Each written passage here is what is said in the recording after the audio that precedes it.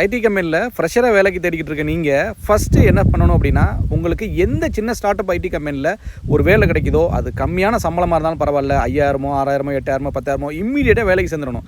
அதுதான் ஃப்ரெஷர்ஸ் நீங்கள் பண்ண வேண்டிய முதல் காரியம். ஏன் அப்படின்னு நான் சொல்கிறேன்னா, நீங்கள் இப்போ வந்து கம்மியாக இருக்குது, 5000 இருக்குது 10000 இருக்குன்னு யோசிக்காமல், அடுத்த 5 வருஷத்துக்கு அப்புறம் நமக்கு 1 லட்ச ரூபா மாத சம்பளம் வரப்போகுது அப்படிங்கிறத மட்டும் மைண்டில் வச்சுக்கோங்க.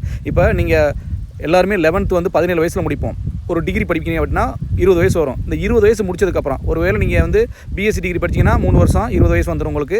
இன்ஜினியரிங் டிகிரி படிச்சிங்கன்னா 4 வருஷம் ஆகும். ஸோ 4 வருஷம் வந்துச்சு அப்படின்னா 21 வயசு ஆகும். இந்த 20 வயசு 21 வயசில் முடித்த உடனே நீங்கள் ஏதாவது ஒரு ஐடி கம்பெனியில் ஸ்டார்ட் அப் கம்பெனியில் ஜாயின் பண்ணிட்டீங்கன்னா, உங்களுக்கு 25 வயசு 26 வயசு வரும்போது மாத சம்பளம் 1 லட்ச ரூபா வர்றதுக்கான வாய்ப்பு அதிகமாக இருக்குது ஐடி கம்பெனியில். வாய்ப்பு அதிகமாக இருக்குது, என்ன அதான் உண்மை. இப்போ நானும் அப்படி தான் வாங்கிட்டு இருக்கேன். ஸோ அதனால் நீங்கள் வந்து காலம் தாழ்த்தி போடாதீங்க. எனக்கு இந்த சம்பளம் 5000 ரூபா பத்தலை, எனக்கு 10000 ரூபா பத்தலை ஸ்டார்டிங்கு, நான் எடுத்தோடனே 30000 ரூபா வேலை ட்ரை பண்ணேன்னு சொல்லி நீங்கள் தேடிக்கிட்டு இருப்பீங்க. உங்களுக்கு வேலையே கிடைக்காது, தள்ளி போய்கிட்டு இருக்கும். உங்களுக்கு பார்த்தீங்கன்னா 1 வருஷம் முடிஞ்சிருக்கும், இல்லை 2 வருஷம் முடிஞ்சிருக்கும், வேஸ்ட்டாக போயிடும் அந்த 2 வருஷமும். அதுக்கு நீங்கள் ஒரு சின்ன ஸ்டார்ட் அப் கம்பெனியில் ஜாயின் பண்ணிட்டு ஏதாவது ஒருத்தர் அந்த 2 வருஷத்தில் ஒரு ஸ்கில்லை லேர்ன் பண்ணியிருப்பீங்க. உங்களுக்கு 2 வருஷத்துக்கான எக்ஸ்பீரியன்ஸ் சர்டிஃபிகேட் இருந்திருக்கும். அதை வச்சு இன்னொரு கம்பெனி ஜம்ப் பண்ணிங்கன்னா டபுள் ஆகும் அப்படியே ஜம்பலாம் உங்களுக்கு. ஸோ டயத்தை வேஸ்ட் பண்ணாதீங்க. ஐடி கம்பெனியில் வேலை தேடிக்கிட்டு இருக்க எல்லாருக்குமே இந்த விஷயம் கண்டிப்பாக தெரிஞ்சாகணுங்கிறக்காக தான் நான் உங்களுக்கு சொல்கிறேன். Okay, all the best.